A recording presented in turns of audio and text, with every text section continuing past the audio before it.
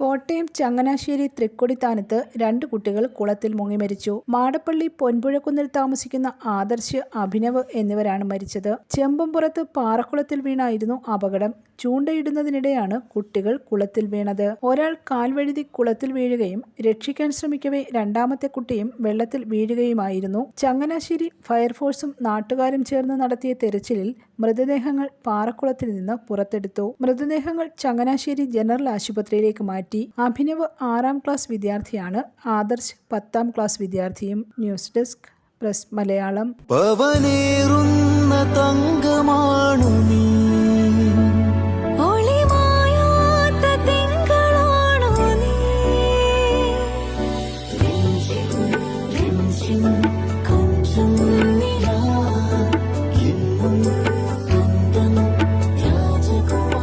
Be a Rajakumari.